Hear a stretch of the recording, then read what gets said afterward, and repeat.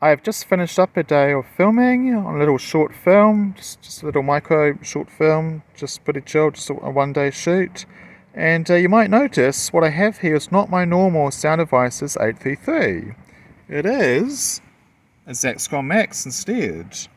So you might be wondering, why, David, do you have a Zaxcom Maxx out being used? Have I started hating my Sound Devices 833? No, I love it. It's been really great.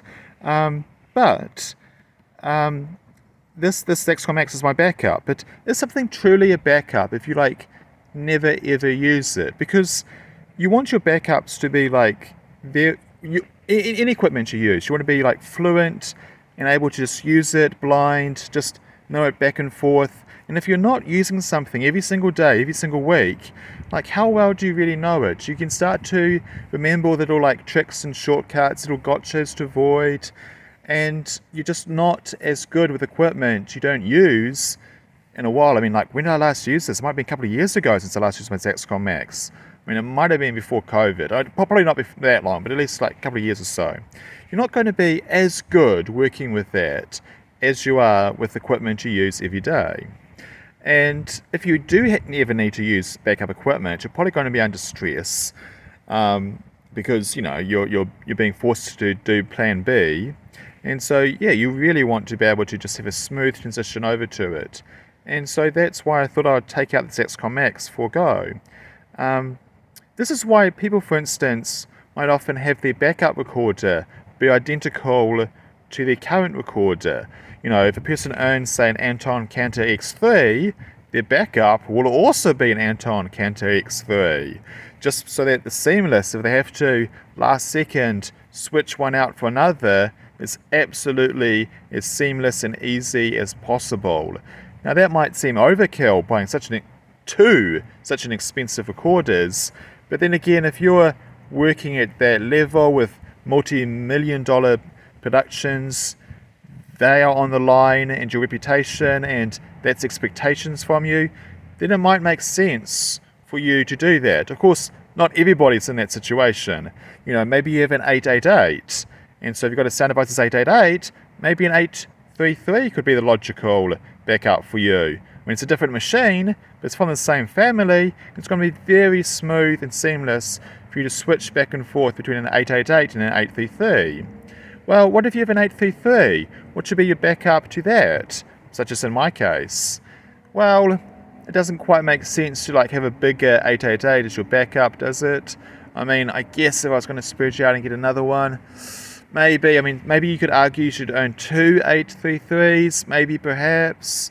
Back when I started out and I had a Tascam DR680, I did actually own two of those, so I could have an identical backup for myself. But then again, it's quite different to buying a second-hand DR680, which back in the day was pretty good.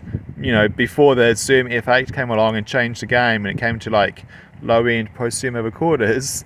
But getting another 833 doesn't quite really make sense to me personally. So what would be a better one? Perhaps a 633 could be quite a good idea, especially how cheap Sound Devices 633s are second-hand these days. And although the 633 and 833 are very different in terms of how they operate in their features and benefits and downsides to each, it's still similar enough. It wouldn't be that painful to transition from one to the other if you had to in an emergency pull out your backup. So that could make sense, and definitely anybody who was using a 633 and is upgrading to the 833, it makes a lot of sense for them to keep their 633. But for me, I never owned a 633. I've definitely used 633s in shoots, but I just personally, it wasn't something that strongly attracted me towards buying it, aspects of it. And I personally, especially before I purchased it, believe the Zaxcom Maxx to be a much better choice than a 633. There's quite a lot of things about the Zaxcom Maxx that it does better than the 633. Of course, the 633 has its pros, as well over it. But overall, for me personally, I thought that the Zaxcom Maxx made more sense. And so that's what I had before I got the Sound Devices 833. And I'm just naturally keeping it around still. But I just thought to myself, you know what? If I ever had to go back to using my backup for whatever reason, it is so different how the Zaxcom Maxx works and how the Sound Devices 833. They're very, very different. It probably would be a good idea just to jog my memory, freshen up my finger muscles and repetition patterns, so that if I had to use the Zaxcom Maxx for whatever reason, it would be just easier for me to do so. And so I had this short film that I got offered to fill in for a friend, and I just thought this sounds like the perfect opportunity to just give it a bit of a trial run and just go out and use it. And because the rough idea of the short film was a very chill, simple, one-day shoot. It was meant to probably be only the boom and nothing else. Oh, and also a timecode box on the camera. They were just shooting with a Pocket Cinema camera, the Pocket Cinema 4K. So, a very low-end, cheap camera. It wasn't any particular fancy production. The entire crew was just like 3 people, me and 2 others, and quite a lot of actors actually. But again, the fact there was a lot of actors and people talking wasn't a big deal, because I was, the plan was I was only going to be doing with a boom, because it was just like a pretty sort of low-end short film, and I thought, yeah, this is perfect time to just take it out for a spin, and let's just refresh my memory from all this time ago, from when the Zaxcom Maxx used to be my daily user. And so I did, like, the day before, download the manual again and read them through the manual a bit, and did like just check that all the stuff in the Zaxcom Maxx was working as I thought it should be, and did a test recording, and then checked it on my computer and such. But even like doing all that at home, it's still not quite the same thing as like going out to war and like putting it actually to real world use purposes under set conditions, on a film set. So that's why, it's good to actually go really use it for real.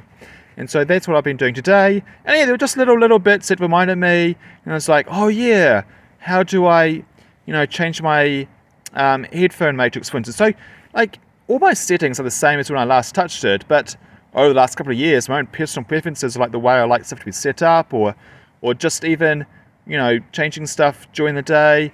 Yeah, it was just good to remind myself, be like, okay, I've got to like do this or that. Just looking at the manual in the particular bit that I wanted, or even had a bit of a gotcha quirk with this machine that I was like, why is this not working? And I had to like Google and search for it a little bit, and actually found myself a post that I made like 5 years ago or 4 years ago about it, and was like, oh, that's right. I just like forgotten something that I myself had an issue with, and the workaround for it. So yeah, it was a really good experience, and in fact I actually quite enjoyed it. Like, even though the 833 undoubtedly is a much better machine, there's still like aspects that I do like about it. Like, it is much lighter, especially when you sort of rig it out for a small gig like this, especially because it is such low power consumption. I mean, I might, if I have quite a big stand down while I'm shooting with 833, whether moving to a new location or we're doing a new big scene, they've got to do all the setups and the art department and the lighting department and all their stuff, I often might just turn off the 833 to save battery power for that period. Like, I never turned off, aside from lunchtime, I never turned off the 833 from, early in the morning to now, when I finished, and it just was running. I almost thought I could do it on a single battery.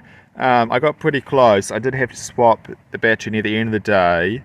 But this second battery has still got like full bars on it, so I didn't even use much of the second battery. It really just like, it shows how little power it uses. And also, because it was such a simple gig, I didn't even need to use my BDS, my battery distribution system, because my battery cup that I use for my battery, it's got both a D-tap and a Hirose output. So that Hirose output is built into the Sony receiver to power that, and then the D tap just goes around and powers via Hirose for the Maxx. Oh, I've also got 6 internal AA batteries as like a backup. So you see there how it says E, so that's the external voltage, 15 something volts, and then if you see it become an I, that means internal. And again, like, it's kind of obvious when you think about it what this stuff means, but it's just good to, like, so obvious you don't even think about it when you start using it again. You don't need to remind myself, like, oh, what does E and I stand for? And also you remember, like, what voltages are like sensible voltages to like do a battery swap or you know, and such.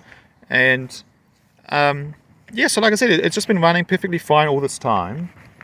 Oh, look, there's a little doggy that's come up over there. Hope he'll be quiet. Don't bark. Shh. Bye, doggy.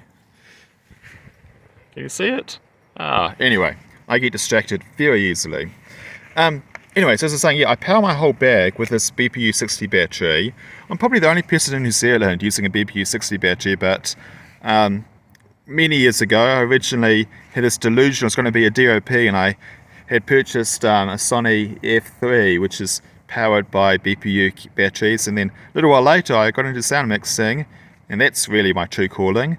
And yeah, I just was using all these camera batteries I had lying around because they were really outputting the right voltage that you need to power your equipment. So yeah, my Sound Devices 552, that was sort of my first ever mixer. Yeah, I was just powering this and just kept on always using all these camera batteries with all my systems, and it actually works quite nicely. I mean, it'd be nice to upgrade to eSmart batteries and get the extra information that you would get being read and fed to the 8 series, but I don't know, the cost of it isn't, I don't know, it's on my short list, but not very high up the short list. Anyway, rambling on, so I'm saying, yeah, so I pretty much just do the whole day just like this, with my wireless boom, that's the Sony Digital, and I was running it at only 1 milliwatt, and again, like, I pretty much ran the whole day without needing to do a battery change for my Sony Digital boom, aside from right near the end of the day, when it started flashing. So I almost went the whole day with it, because it's only running at a 1 milliwatt, because when I'm booming at the same time, you know, I'm obviously quite close to myself, to my receivers, you know, I didn't need any more. Although for the body pack, I did run it at 10 milliwatt just to be a little bit safer, so I ran it a bit higher. But yeah, you can go even higher wattage up or out if you like. So yeah, I did, although the plan was sort of to only use the boom, there were some moments when I was like, you know, the way they're shooting, it would just make my life so much easier, and just quickly, like, I had this like lav ready to go if I ever need to put that on somebody. And then there was one scene where I actually used 2 lavs and I covered everything else with a boom, and then I just simply grabbed one of my single channel electrosonics receivers, and you just pop a 9 volt inside that, so you know, you don't even need to, like, I didn't need to, I mean, I did have my BDS standing by just in case I did maybe need to reconfigure my bag, but I knew that I could easily, like, expand out to like another channel on top of that spare Sony if I wanted to, just by simply adding on the electrosonics one there. And that was with I did it on her forehead, just under her headband. I might put out another video about that.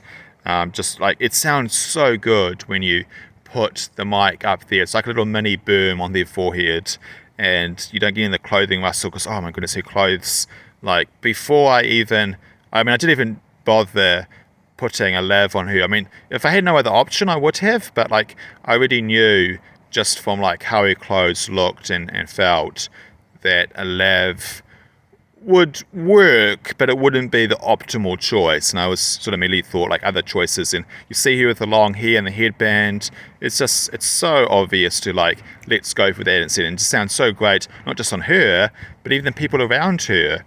They might be talking to her. So yeah, that's something really nice. I was really happy with that. Yeah, so as I was saying, this is just such a light setup. Like, I feel that instead of using BPU60 battery, I could have used a BPU30 battery. That's half the size of this battery. It's the same battery that other Sony cameras like the FS7, the FX6, the Sony FX9, they will all use the same batteries as well. Yeah, I could have used a half-size battery, I reckon, and just done like a lunchtime swap. And then I would have had even less weight on my back. Because yeah, as you can see, I just like wear this very lightweight porta brace harness. I've actually got 2 of these because I really like this harness. I know the other harnesses that do give you more support, but you've got the actual weight of the harness itself you're wearing, but also if it takes twice as long to wear the harness, it takes twice as long to get in and out of the harness, so that you end up wearing the harness for twice as long, you would have benefited more from having a lighter harness that you just don't wear as much for when you're sort of standing around. But also, I reckon even if you're wearing it for 10 hours a day, this is still, the lightweight harness. When you also have a lightweight bag as well, it really does make a lot of sense, especially if it's, it's finally inching closer to summertime here in New Zealand. And yeah, when it's a hot, hot day, you also appreciate so much more wearing one of these lightweight harnesses than a big heavy one. Anyway, there's no wrong or right way. It's just, this is what my personal preference is. I tend to lean towards this. I mean, there are instances where I might go for my heavyweight harness. But anyway, rambling on a bit, I'll probably finish up now and say about, that's it. I'll just say that I actually quite enjoyed my day using my backup old ancient Zaxcom Maxx. I mean, it's still like, a professional recorder that sounds really nice and has pretty good sort of features built into it. And I feel actually, I think I should do this more often. Like, anytime there's a simple job that's just a boom, 1 or 2 lavs with not too demanding requirements on it, the gig, I think I should just bring up my Zaxcom Maxx instead, just so that I keep it fresh in my mind how to use it, and I get to appreciate a different approach to stuff that Zaxcom takes, and I get to just enjoy the really lightweight, power efficient design that the Zaxcom Maxx is. I do appreciate that, even though if I could only have one of them, I'm always going with Sound Devices 833. It's definitely like much better. I probably should one day do a totally different video about just the massive list of reasons of why I think an 833 is so much better than the Maxx. Although, as I said, I feel the Maxx is better than the 633.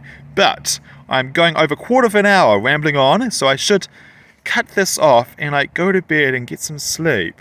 I stayed up a bit late last night watching the election that happened here in New Zealand, and it was a very early start today as well. Anyway, see ya until another time.